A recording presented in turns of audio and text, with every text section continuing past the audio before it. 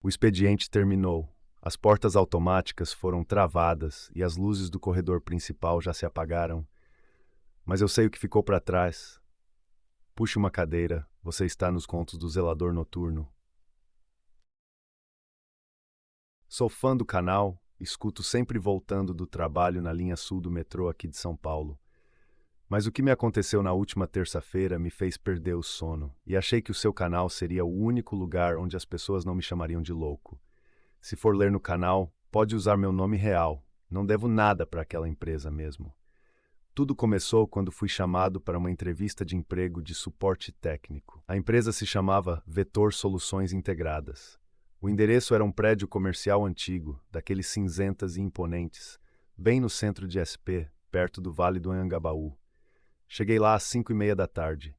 O hall estava estranhamente vazio para o horário de pico do centro. Falei com o porteiro, um senhor muito pálido, com um uniforme azul que parecia grande demais para ele. Ele mal olhou nos meus olhos, só apontou para o elevador e disse: "Andar 14. Não aperta mais nenhum botão." Achei o tom dele meio ríspido, mas ignorei. Entrei no elevador. Era daqueles antigos, com espelho meio opaco. Apertei o 14. O elevador começou a subir, mas o barulho... Cara, parecia que ele estava descendo para o subsolo de tão pesado.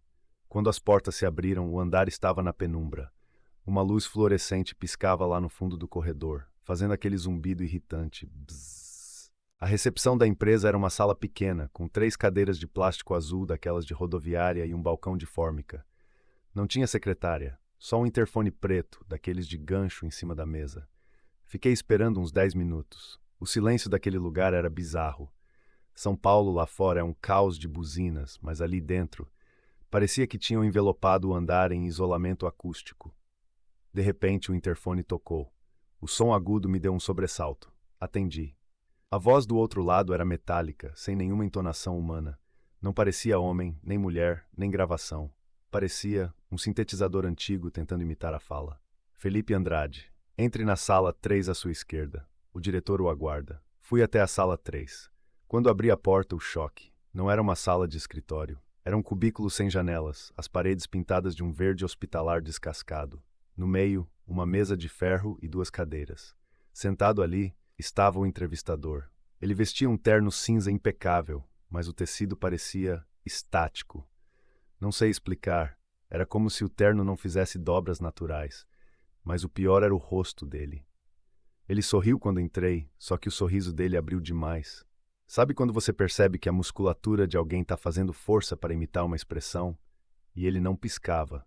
Ficou me encarando com 2 olhos negros, sem brilho nenhum. "Sente-se, Felipe", ele disse. A boca dele mexia um milissegundo depois que o som saía. Ali meu estômago já virou um nó.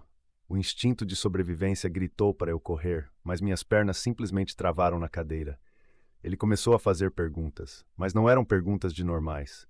Se você visse uma rachadura no céu da sua cidade, você relataria ao supervisor? Quantas pessoas você estima que andam na rua sem que ninguém realmente note a presença delas? Você tem facilidade em esquecer rostos que nunca deveria ter visto? Eu respondi gaguejando, tentando manter a calma, achando que era algum teste psicológico bizarro de RH moderno. Até que ele pegou uma ficha de papel amarelo antigo, daquelas que se usava nos anos 80, e me estendeu uma caneta. Assine o termo de confidencialidade e integração urbana. Seu turno começa às 2:40 da manhã na estação de tratamento de água. Você não verá seus familiares nos primeiros 90 dias, mas eles receberão os relatórios de que você está em treinamento. Quando olhei para o papel para assinar, a caneta falhou. Olhei para cima para pedir outra, e foi aí que meu coração parou, o zelador. O homem estava olhando fixamente para a parede atrás de mim. A pele do pescoço dele começou a oscilar, como se tivesse algo se mexendo por baixo, como um inseto ou uma engrenagem tentando se ajustar ao formato humano. E pelo reflexo do vidro fosco da mesa, eu juro por Deus, ele não tinha nuca. A cabeça dele era perfeitamente plana atrás, como se faltasse um pedaço da anatomia. O medo me deu um pico de adrenalina. Eu larguei a caneta, levantei da cadeira derrubando tudo e corri. Corri como nunca na minha vida. Saí da sala, o corredor parecia mais longo do que quando entrei. O interfone na recepção começou a tocar sem parar, um som ensurdecedor. Não esperei o elevador. Achei a porta corta-fogo da escada e desci os lances de 3 em 3, tropeçando. Eu descia e os números nas portas pareciam não mudar. 14, 14, 14. Até que finalmente passei por uma porta e caí direto no hall do térreo. Saí correndo pela porta de vidro para a rua. Quando pisquei para o sol da tarde do centro de São Paulo, que ainda estava claro, olhei para o porteiro. Ele estava me olhando com um sorrisinho de canto de boca. Peguei o primeiro táxi que vi. Quando olhei para trás, o edifício central estava lá, normal. Mas eu pesquisei na internet quando cheguei em casa. A Vetor Soluções não existe. O CNPJ não existe. E quando perguntei para um amigo que trabalha na mesma rua sobre o 14º andar daquele prédio, ele me disse que aquele andar está interditado desde um incêndio em 88 e que ninguém sobe lá porque os elevadores nem têm o botão do 14 instalado. Fica o relato, irmão. Desde aquele dia eu não consigo mais entrar em nenhum elevador sem olhar muito bem para quem está do meu lado. Valeu, um abraço. Olá, Felipe. Obrigado por mandar esse relato. E já começo dizendo, tem entrevista de emprego que suga a alma no sentido figurado, e tem outras que parecem querer formalizar isso no papel mesmo. O que você descreveu é pesado demais para simplesmente ignorar como nervosismo. Seja paranormal, psicológico ou só mais uma prova de que certos prédios velhos de centro guardam coisa errada nas paredes. Uma coisa é certa, teu instinto te salvou. Quando o corpo grita antes da lógica entender, vale a pena escutar. Essa história toda tem um detalhe que me arrepia mais do que o tal diretor de nuca inexistente. A naturalidade. Porteiro mandando, interfone chamando, sala esperando, formulário pronto, como se aquilo já tivesse engolido gente antes. E isso, para os que estão ouvindo, é sempre o mais perigoso. O mal raramente entra chutando a porta. Quase sempre vem de crachá, voz calma e instrução objetiva.